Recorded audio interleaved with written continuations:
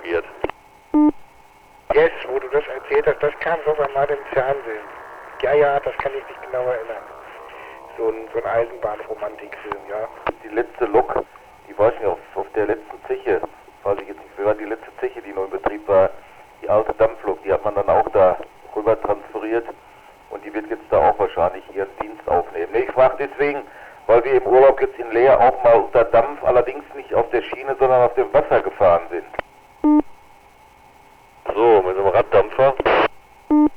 Ein richtiges altes Dampfschiff, die Prinz Heinrich, die haben auch Ehrenamtliche über 15 Jahre wieder restauriert. Irgendwo haben sie einen Teil gefunden und haben dann Pläne von Meyerwerft in Augenschein nehmen dürfen und haben dann mit Spenden und Zuwendungen und weiß der Teufel nicht alle was, Eigeninitiative, dann in 15 Jahren das Schiff wieder so aufgebaut, wie es mal die Meyerwerft verlassen hat. Weiß ich nicht. 1900 und weiß ich jetzt nicht Bescheid, aber das war über 100 Jahre alt schon, das Schiff. Wunderschön, haben wir eine Tour gemacht von Leer aus bis nach Papenburg auf dem alten Dampfschiff und dann geführt zu werden von einem dieser Ehrenamtlichen bis unten in die Dampfmaschine rein, war ein Erlebnis. Ja, das hört sich sehr interessant an. Und befeuert wurde der Kessel mit Kohle oder mit Ölbrenner, so machen die das ja oft. Nee, jetzt hatten sie tatsächlich, das machen sie mit Öl, mit Kohle nicht mehr, das haben sie schon mit Öl gemacht, aber die fuhr unter Dampf, 100%ig unter Dampf und der hat mir erzählt, weiß nicht, 1 oder 2 Tage vorher müssten sie schon den Kessel da anheizen, damit sie auch genügend Dampf drauf hatten. Ja, und dann ging es dann ab über die Ems bis nach Papenburg. Ja, das ist bestimmt sehr interessant.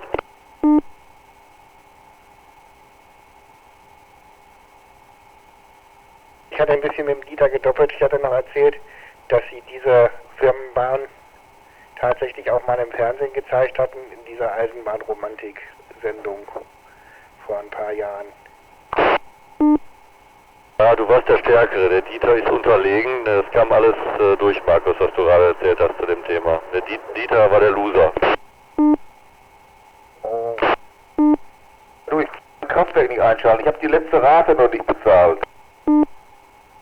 Ich schmeiß da sich jetzt nicht hinter den Fahrenden so. Nee, das glaube ich nicht. Ja, was haben wir noch? Ja, was wir nicht geschafft haben, es gab noch eine Bahn, auch so im Dunstkreis des Bodensees, auch so eine Museumsbahn, weil die Schienenführung ja teilweise 360-Grad-Bögen durch Tunnel, um Höhenunterschiede zu erklimmen, verläuft. Also wie ein Schwänzchen, die hieß Sauschwänzle, die Bahn. Während hier die Bahn, mit der wir gefahren sind, das Bähnle war. Die haben ja alles mit Lö da unten, ne? Ja. Und seid ihr denn noch auf irgendeinen hohen Berg, zumindest mit der Seilbahn, gefahren? Wir hatten vor, entweder auf den Pfänder zu fahren, das ist bei Bregenz am Bodensee, auf 1000 Meter, haben wir aber nicht gemacht, und hatten auch mal kurz überlegt, bis in die Schweiz rein, auf den 2500 Meter hohen Sentis mit der Seilbahn hochzufahren, aber irgendwie haben wir das dann doch nicht mehr geschafft. Sentis ist ja auch ein Relais, was man dann immer gut nutzen kann, wenn man da an der Messe ist. Und ja, okay. Den Fender, den haben sie mal benutzt, weil sie so ein bisschen Gigahertz-Versuche gemacht haben. Das ist mir also auch ein Begriff. Auf jeden Fall, ja, Funkbetrieb habe ich gar keinen gemacht da unten. Ich hätte mir wohl noch mal so eine App runtergeladen, wo man dann sehen kann, in seinem Dunstkreis kann man in den Radius eingeben, wo man suchen will und dann noch selektieren nach 2 Meter, 70 Zentimeter und sonst was und DMR und ja, ISO, Confusion und so weiter, und er zeigt einem dann alle Relais an, und wenn man draufklickt oder drauf tippt, ist ja kein Klicken auf dem Smartphone, dann zeigt er einem auch die Ablage an und alle Sachen, die man, falls nötig, Subaudioton und sowas. Ja, das ist doch praktisch, wenn er dann gleich noch die GPS-Daten vom Handy nimmt, dann kann man das machen. Ich hatte das dann mir vorher ausgedruckt und auf Papier mitgenommen und das hat auch funktioniert. Ja, da du ja schon jährlich praktisch nach Friedrichshafen fährst, auch so wie der ja, der Dieter, glaube ich, ist ab und zu dabei gewesen, ne? Aber der Friedhelm, der ist, glaube ich, jedes Mal dabei. Kann man von da unten vom Bodensee, kommt man da auch an das Zugspitzrelais dran oder ist das zu weit? Standortabhängig. Also, wir hatten einen Standort in so einer Obstplantage, da ging das, glaube ich. Also ich bin nicht sicher. Ich meine, ich hätte mal einen Standort gehabt, wo das ging. Aber das ist schon ziemlich weit weg. Ich glaube, der Friedhelm, der hat mal über den großen Aber irgendwie, da sind auch Relais drauf gearbeitet, meine ich vom Bodensee aus. Ja. Naja, ich muss da doch mal vielleicht nächstes Mal ein Auge drauf werfen. Also wir werden mit Sicherheit da nochmal hinfahren.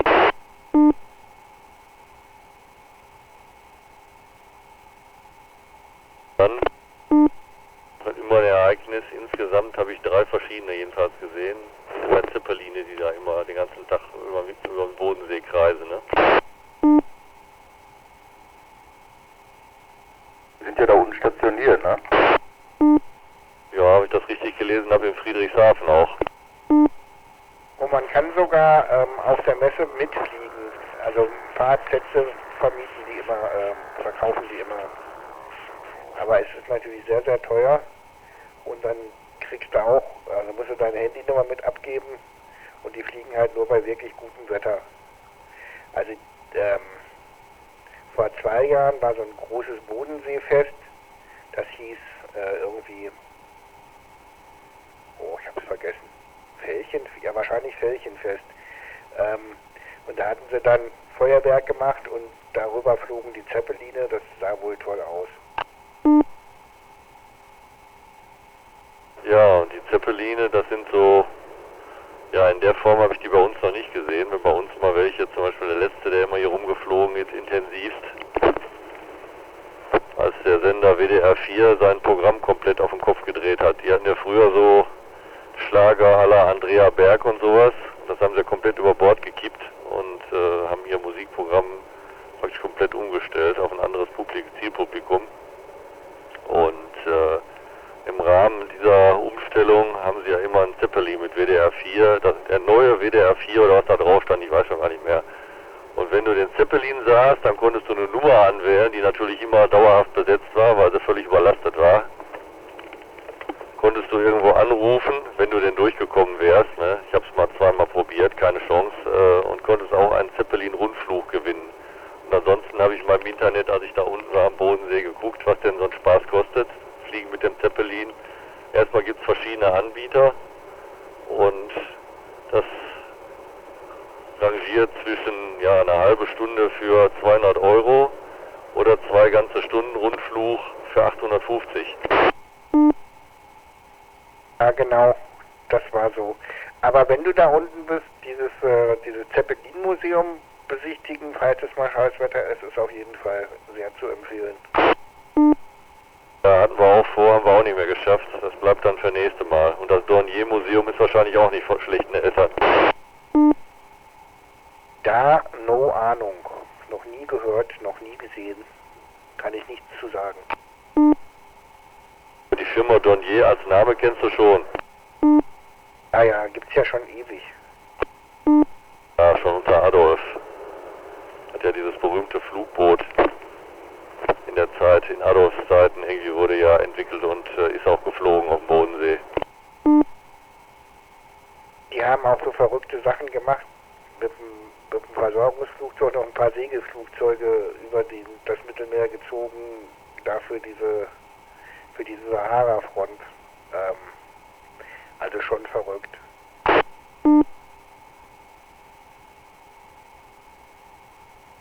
Ja, was haben wir noch gemacht? Ja, das Bähnle, was du sogar aus dem Fernsehen kanntest, Markus. Und dann waren wir noch an den Scheidegger Wasserfällen.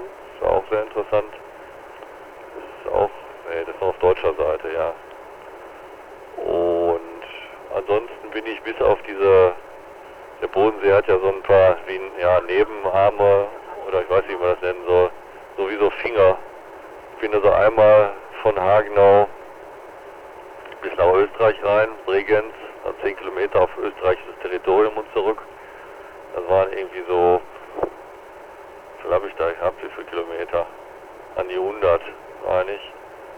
Und dann bin ich einmal von Meersburg mit der Fähre rübergefahren nach Konstanz und einmal rechts um den See rum, über Dettingen, Bothmann, was kommt da noch? Überlingen und dann nach Hagenau und einmal andersrum über Schweizer Territorium, Romanshorn und was da alles ist und Bregenz und dann über Friedrichshafen wieder nach Hause. Oh, das haben wir auch ein paar Meter gemacht.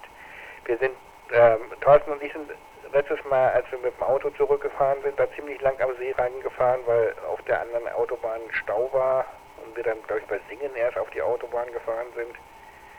Also das war bestimmt sehr nett. Ja, vor allen Dingen super Wetter, ne? Aber das ist ja auch eine richtige, ja, für Radfahrer angesagte Location, kann man so sagen, ne? In Neudeutsch. Also wenn ich teilweise um 7:30 zum Brötchen holen in den Ort gefahren bin, die 2,5 Kilometer mit dem Fahrrad, dann kamen schon die ersten Ferntouristen mit dem Fahrrad da angedüst. Ja, kann ich mir vorstellen. Okay, Dieter, dann erzähl du noch was Nettes. Ich habe aufmerksam zugehört. Da, an einem der genannten Berge, weiß nicht, hast du vorhin gesagt, ging es da auch hoch, weiß nicht wie viele 1000 Meter, da hat der Kachelmann doch auch eine Wetterstation irgendwo gebaut. Ist mir so in Erinnerung gewesen, als ich diesen Namen hörte. Sven, dir noch gesagt, der Günther hat mir, weiß nicht, vielleicht dir auch, eine WhatsApp geschickt, die haben jüngst eine Tour gemacht oben von Winterberg bis nach Meschede, bis zu ihm nach Hause hin. Sind die den Ruhrtalradweg gefahren. Bei herrlichem Wetter, hat unterwegs mal ein paar Fotos gepostet, also muss gut gewesen sein. Er hatte mir auch geschrieben, was er in diesem Jahr alles für Radgroßprojekte schon gemacht hatte. Da war das, glaube ich, auch schon bei. Ich war jetzt, weiß nicht, in der letzten Woche, aber ist noch gut in Erinnerung.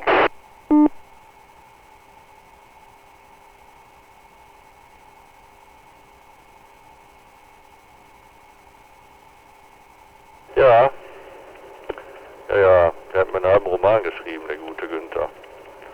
Weil er mir einmal geschrieben hatte, da hatte ich gar nicht darauf geantwortet, wollte ich immer, aber so in der Hektik, als ich noch gearbeitet habe, hatte ich nicht die Zeit gefunden, dann habe ich hinterher auch wirklich in Vergessenheit geraten. Und jetzt im Urlaub bin ich so durch die Kontakte durch und sah dann nochmal die Nachricht vom Günther, gesagt, Mensch, da muss ich auch nochmal schreiben. Das sind schon 14 Tage vergangen, aber egal. Daraufhin hatte er dann auch nochmal ausführlich geschrieben. Super.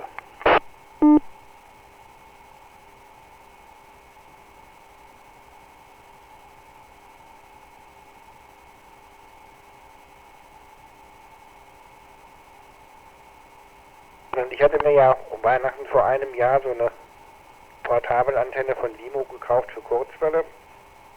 Und die habe ich jetzt dieses Wochenende mal auf Herz und Nieren getestet. Wir hatten die ja einmal auch mit in Hemmerde, da auf dem 4D.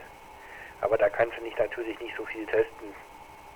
Da laufen ja dann auch Leute rum und da mal schrauben und dort mal schrauben, ist dann nicht so doll.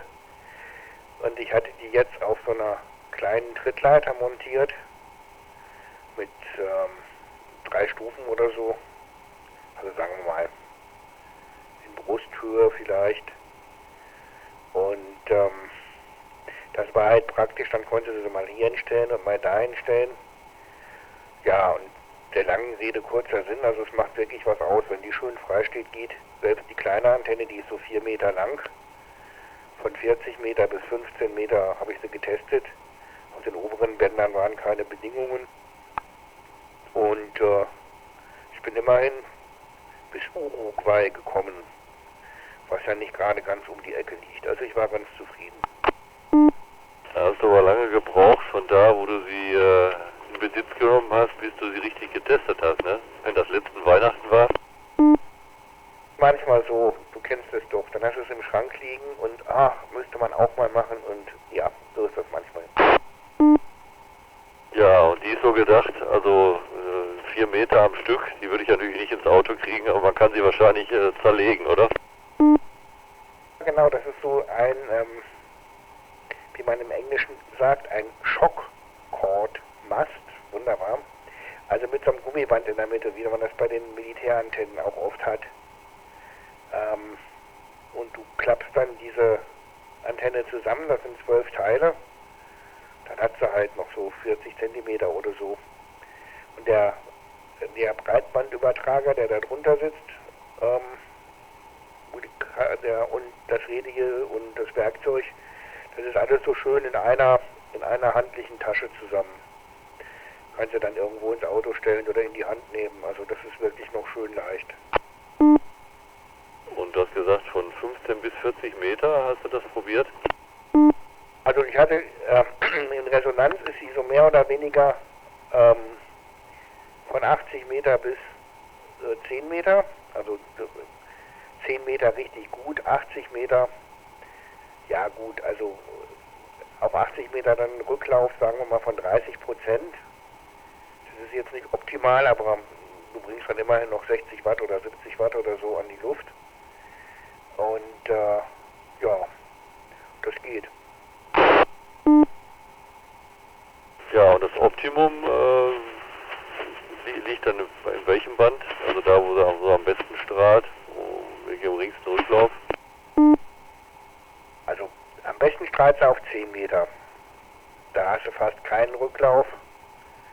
Und sagen wir mal von 80 Meter bis 20 Meter hast du schon gut merkbaren Rücklauf. Also Stehbandweite ist von 1:3 oder so, aber bringst durchaus deine Leistung noch an die Luft. Und von 17 Meter bis 10 Meter, da wird es dann schon sehr viel besser.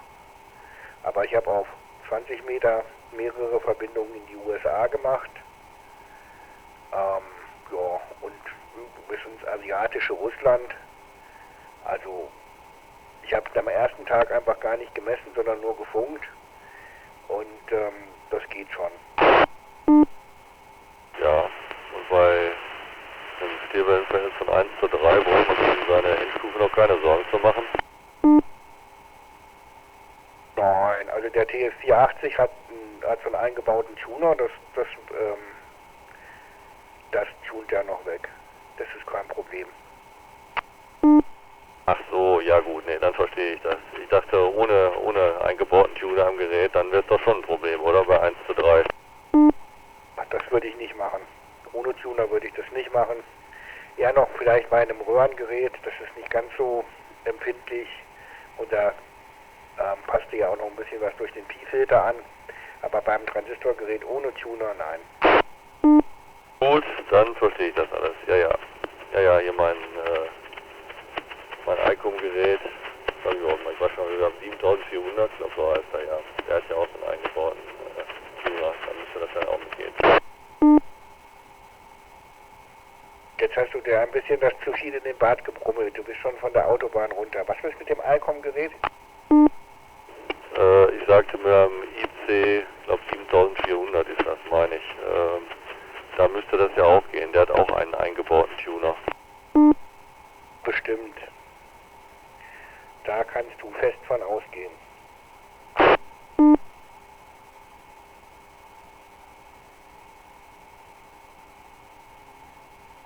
Variante von der Antenne gibt es gar nicht mehr. Die haben jetzt ein Update rausgebracht. Also das ist eins von Alpha-Antennas.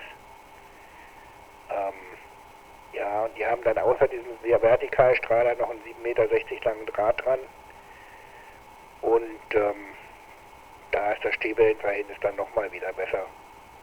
Aber du hast halt noch einen zweiten Draht, okay, aber wie gesagt, fürs Auto ist das okay, fürs Fahrrad wäre es ein bisschen zu viel. Die so gedacht fürs Auto, ja? Nein, ich meine jetzt nur also so zum Mitnehmen, wenn man portabel funkt. Der Thomas, der macht ja ganz viel Portabelfunk vom Fahrrad aus. Der hat dann das Gewicht nochmal deutlich und das Packmaß nochmal deutlich optimiert. So, okay, gut.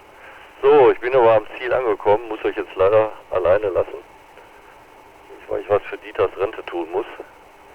Der wird ja dann mit Sicherheit nichts dagegen haben, ne Dieter? Gut, da rennst du bei mir offene Türen ein. Ich habe da noch einen Probanten hier, der ist im Hintergrund, der frühstückt gleich hier und der macht dann die zweite Hälfte. Passt das ja wieder. Gut, macht euch einen schönen Tag, soll wieder sehr sonnig werden, macht was draus und ja, der Dieter, der Markus muss ja wahrscheinlich auch schaffen und was für deine Rente tun, Dieter, also wir tun alle was für deine Rente, also mit anderen Worten, die nächste Monatsrente ist auf jeden Fall gesichert. Seid ihr sozial eingestellt? Ich könnte euch küssen, vor Freude. Nicht rasiert. Okay, ich werde dann mal ein andermal mal einlösen, wenn ich mal bei dir bin. Tschüss, Dieter. Nicht rasiert, Dieter, ich will alles dagegen. Markus, wir hören uns heute Nachmittag. Ja, ich gehe aber jetzt nochmal eben auf die Echolink-Frequenz. Ich kann auch nochmal im Kurs Y. Tschüss, Sven, froh schaffen. DK1CD, dann Kurs Y.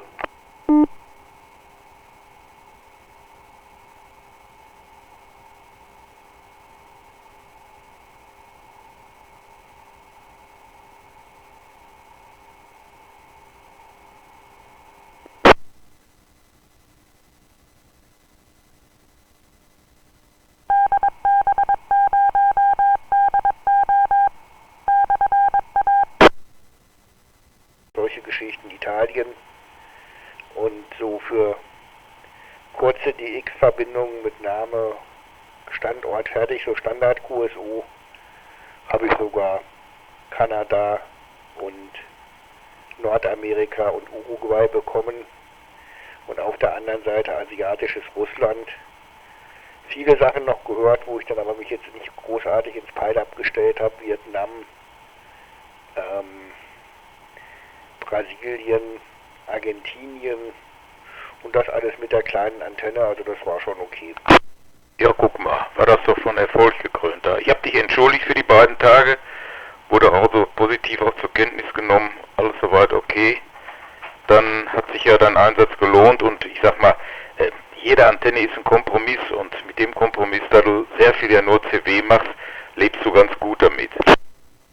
Ja, und ich kann selber zusammenbauen, jedenfalls beim zweiten Mal hat es dann auch geklappt. Beim ersten Mal hätte ich die Halterung falsch rumgeschraubt, dann ging meine Antenne senkrecht nach unten, aber man lernt dazu. Man darf auch mal falsch schrauben. Ja gut, aber wenn man einmal einen Fehler gemacht hat, dann bricht die das ein, den macht man nicht das zweite Mal. Genau, so ist das. Naja, guck mal, wunderschön. Ja, Samstag keine großen Aktivitäten da bei uns hier, aber gestern waren wir ja von vormittags bis spät Nachmittag, war schon fast Abend, waren wir da in Bad Sassendorf, erst auf diesem schönen Markt da spaziert, dann haben wir ein bisschen was gegessen und wieder rumstolziert, durch Sassendorf ein bisschen gebummelt dabei, nochmal wieder über den Markt gegangen. Die Frau und wir, unsere Nachbarin war ja mit, die haben sich ein bisschen was geholt, ein bisschen Schmuck gekauft da auf dem Markt. Das ist immer ganz lukrativ. Da haben wir uns nachmittags noch ein Stück Kuchen da gegessen. Ja, und dann sind wir wieder zurückgefahren. Da war der Tag gestern war ja sonnig da, teilweise eigentlich drückend warm. Also für die Jahreszeit, man hat das irgendwie so empfunden, drückend warm. Und ich hatte ein bisschen noch Probleme mit der Restgeschichte da mit meinen Augen da. Die Sonne hat mir da irgendwie zugesetzt, obwohl ich nie Probleme hatte. Ich habe ja noch nie eine Sonnenbrille gehabt, war das da aber ja teilweise grenzwertig. Die waren doch empfindlich, die Augen, durch diese Bindehautentzündung. Aber wie gesagt, ist alles gut verlaufen. Delta Mike 0 Zulu Alpha, Echolink Dortmund.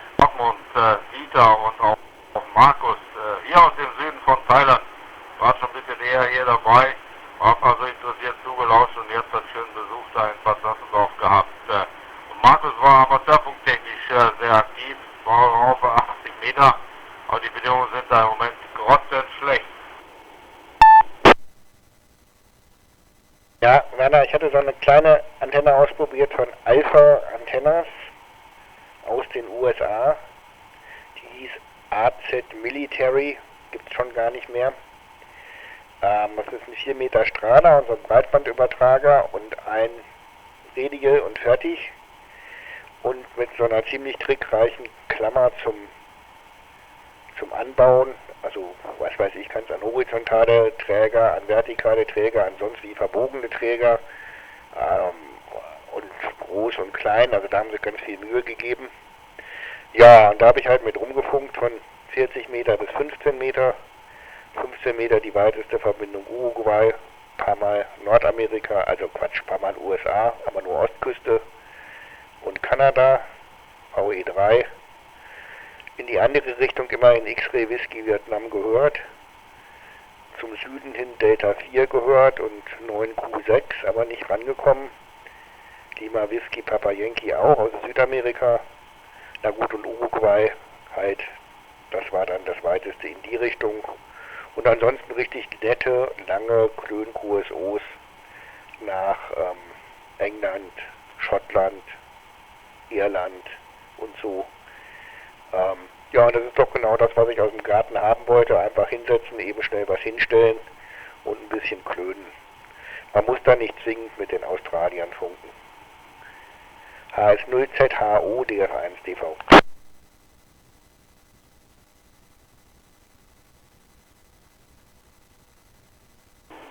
Wir hatten noch eine akademische Pause eingeschoben, ob da noch jemand ist. Aber wir sind da im Moment in dem Kreis hier offensichtlich lizenziert alleine.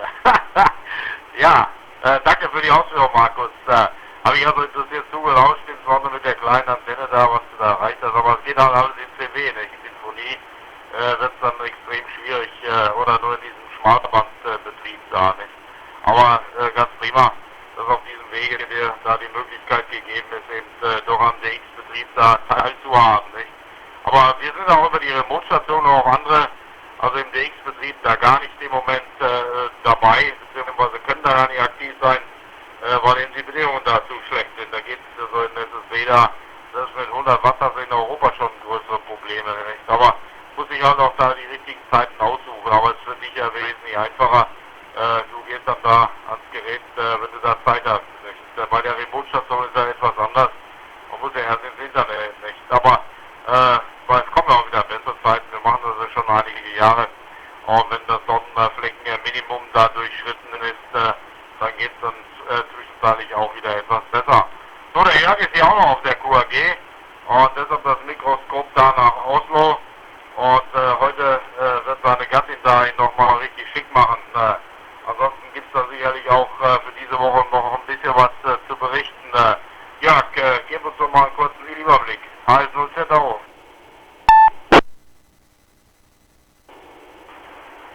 Ich muss halt Mittag nochmal zu meinem Hausarzt Probe machen lassen. Brauche ich in 2 Wochen, dann muss ich nochmal ins Krankenhaus höre.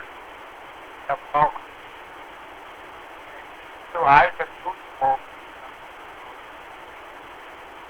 Morgen auch Dieter, dieselbe Ecke. Dieter, ich habe an meine Gleitsichtbrille, wenn ich da in die Sonne komme, dann wird die Brille bis 70% getönt, also automatisch Sonnenbrille. Das ist eine schöne, praktische Sache. Mike, zum wieder. Ja, okay, morgen auch erstmal Werner. Markus habe ich schon guten Morgen gesagt. Morgen auch Jörg, DK1DD. Ja gut, ich habe so eine Grundtönung da drin. Die tönt sich also nicht danach, sondern also 6% ist da so eine Vortönung drin. Ich habe auch so eine Beschichtung da drauf, dass die also bei Dunkelheit da diese Xenon-Scheinwerfer so ein bisschen abdämmt, weil sich ja sonst immer so eine Corona drum bildet, wenn du da reinguckst in die Scheinwerfer. Da sind auch ein paar Filter vorgesetzt, aber so eine Abtönung habe ich da nicht drin. Ich habe auch bis jetzt noch nie irgendwie Probleme gehabt, auch in südlichen Ländern mit der Sonne. Insofern war das da gestern nur so eine Eigenart, weil eben die Augen nicht so richtig wieder nach dieser Entzündung da in Funktion sind. Aber das wird sich auch wieder legen. Es geht also jeden Tag besser. Mal schauen. Mittwoch ist eine Woche rum, dann werden auch die Medikamente alle sein. Und dann will ich mal sehen, wie sich das weiter abzeichnet. Also große Beeinträchtigung habe ich jetzt schon nicht mehr. So, dann freue ich mich natürlich auch, Markus, dass es dir da so gelungen ist, am Wochenende QSO zu fahren. Werner, ich habe dir ja mal ein Foto geschickt da gestern von Sassendorf, das war irgendwie so spontan. Das war so eine Bronzefigur, die da stand. Und da hatte irgendwie eine Mutter ihr Kind da drauf gesetzt, da habe ich schnell gefragt, ob ich ein Foto machen darf. Ist ja heute angesagt, sonst meinte er noch, ich würde irgendwie so ein Spanner sein. Das wurde aber bejaht. Und dann habe ich dann schnell ein Foto gemacht, ihr das da hingeschickt. Und dann kam auch nachher noch eine Kutsche mit 2 Pferden gespannt, die fuhren da auch durch Sassendorf, haben da Leute ein bisschen durch Sassendorf kutschiert. Kam dann auch raus, der Besitzer dieser Kutsche, der kam, wo war der her, aus Ferseberg oder aus Brechten, der war ja aus Dortmund Brechten, den haben sie in Sassendorf angefordert, der möchte doch mit seiner Kutsche kommen, ein bisschen für Unterhaltung sorgen, und der ist dann für kleines Geld, hat er die Leute dann mit der Kutsche durch Sassendorf gefahren. Da habe ich dann auch nochmal ein Foto von gemacht. Das zum gestrigen Ablauf. Mikrofon dann zu Markus, DF1 TV, DK1 DD.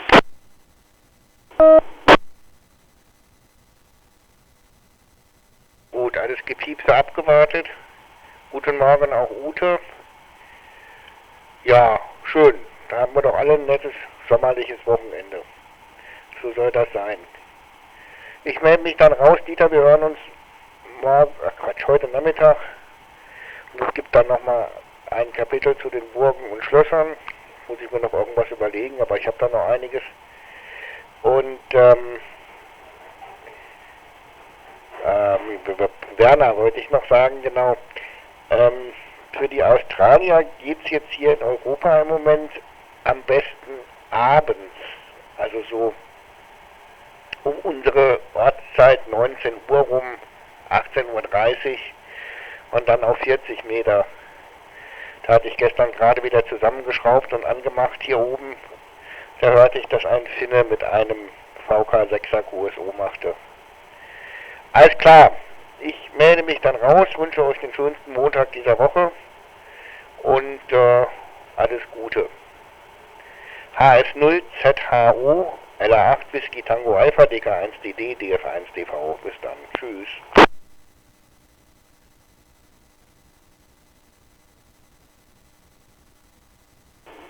Ja, danke auch für die Ausführung, Markus. Aber auf 40 Meter haben wir da nur eine W3 2000 in Böbling und der Zeitpunkt passt für mich natürlich nicht. Da sind wir also hier nächtlich anderweitig beschäftigt. Macht aber nichts. Ansonsten kommt ja auch wieder bessere Zeiten, wo es dann morgendlich in den Meer- und Wäldern da geht. Ansonsten haben wir hier täglich natürlich den Kontakt hier und auch Funkkontakt mit den australischen Funkamateuren hier, die hier auch resident sind. Nicht? Die haben da natürlich auch Kontakt zu ihren Funkfreunden da auf den australischen Kontinent über Echolink. Kein Problem. Ja, Dieter, ganz prima, war ganz nett da auch mit dem Foto. Und was das noch, hat ja einiges zu bieten, da auch so für den Sonntagnachmittag auch da ein bisschen rumzulaufen da und ein ordentliches Restaurant und beziehungsweise Café gibt es mit Sicherheit auch. Da hast du leider nichts von erwähnt. Und ein ordentliches Stück Kuchen mit Sicherheit auch. Ihr kennt da die Lokalitäten da mittlerweile sehr gut. Und da gibt es, kann ich mir auch vorstellen, gute Plätze, wo man sich mal gepflegt hinsetzen und einfach mal die Seele baumeln lassen kann. Nicht?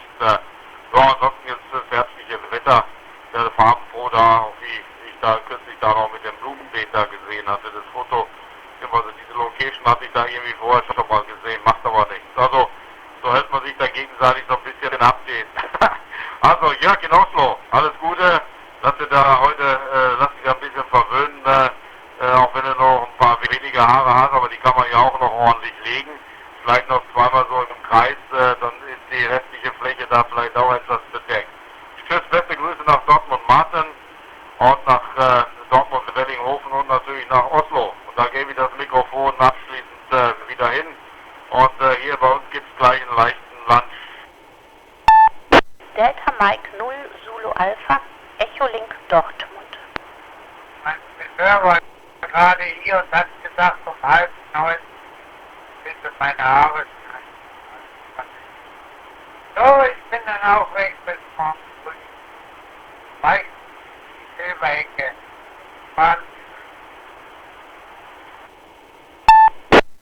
Ich habe noch mal eine Frage. Hast du es mitbekommen, dass nördlich von euch da, ich weiß jetzt nicht in welcher Gegend, da unheimliche Regenfälle stattgefunden haben mit Überschwemmungen und so? Ist dir das bekannt?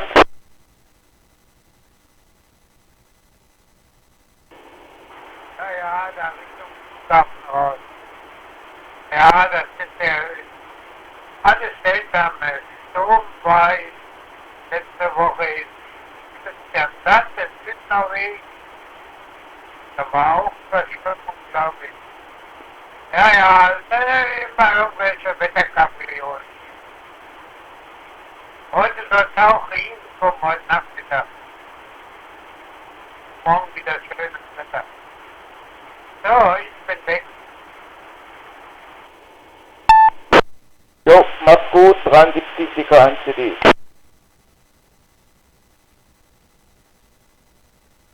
Tschüss zusammen, der Feinsticker.